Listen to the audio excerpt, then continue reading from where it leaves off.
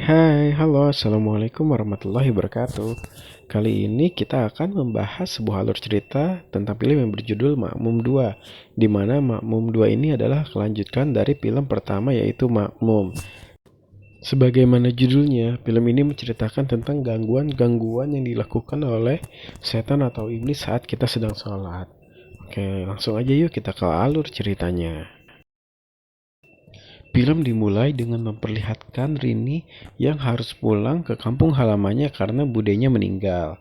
Diketahui suami Rini telah meninggal 4 tahun yang lalu. Dia pun akhirnya pulang dengan membawa anaknya yang bernama Hafiz. Kampung Rini adalah kampung yang sangat terpencil, di mana kampung itu belum dialiri listrik. Di kampung tersebut pun ada masjid yang baru saja dibangun. Setelah pemakaman Bude, Hafiz melihat ke arah sebuah pohon yang terletak di seberang masjid. Pohon itu mengarah ke arah hutan. Rini memperingatkan kepada Hafiz agar tidak mencoba untuk mendekati pohon tersebut, karena hutan dekat pohon tersebut termasuk hutan larangan. Pada malam harinya, Rini menyuruh Hafiz untuk bermain bersama Iwan dan Fadli untuk menghabiskan waktu malam mereka di sana. Rini pun berencana untuk menginap di sana selama 7 hari. Namun jangankan sampai 7 hari, baru 1 hari saja Rini sudah merasakan hal aneh yang terjadi saat ia sholat. Dia merasakan ada sesosok makmum yang mengikutinya saat ia sedang sholat. Bukan hanya Rini saja, tapi Hafiz pun diganggu pada saat malam itu. Lampu yang sudah dimatikan terlihat nyala kembali. Dan kejadian-kejadian aneh pun muncul di kampung tersebut.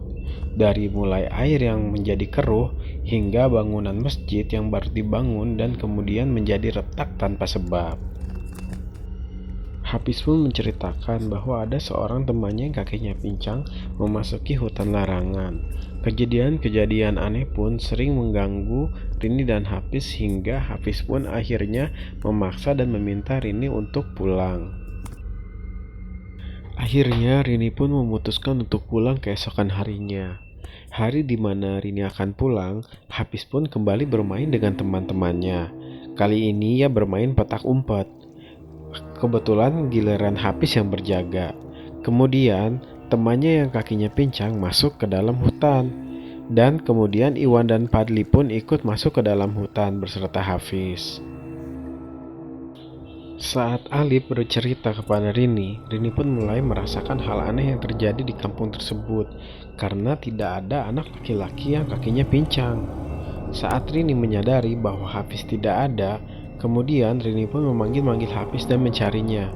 Kemudian akhirnya ia memasuki hutan larangan tersebut dan menemukan Hafiz dan kedua temannya telah tak sadarkan diri di atas sebuah batu. Akhirnya ketiga anak tersebut pun dibawa ke kampung.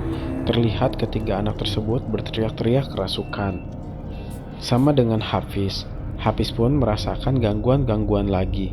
Ia bermimpi Rini sedang sholat kemudian diikuti dengan makmum yang berwajah menyeramkan. Dan tidak tahu bagaimana caranya, Hafiz pun tercubur ke dalam sebuah sumur. Kemudian wajah Hafiz pun diserang oleh beberapa serangga dan menjadi rusak. Banyak gangguan-gangguan aneh yang terjadi di kampung tersebut. Begitu juga dengan Fadli dan Iwan.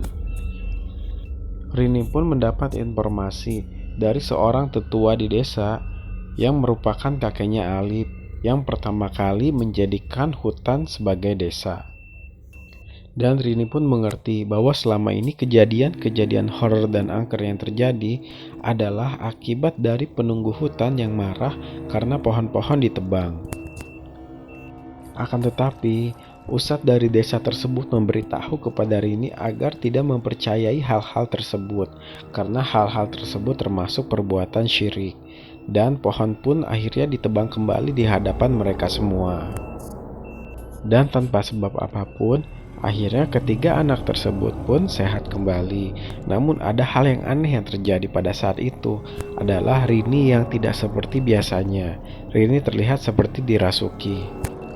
Rini ternyata telah dirasuki oleh penunggu dari hutan tersebut. Dia pun mulai menyerang warga desa, bahkan dia menyerang ketiga anak tersebut termasuk putranya sendiri.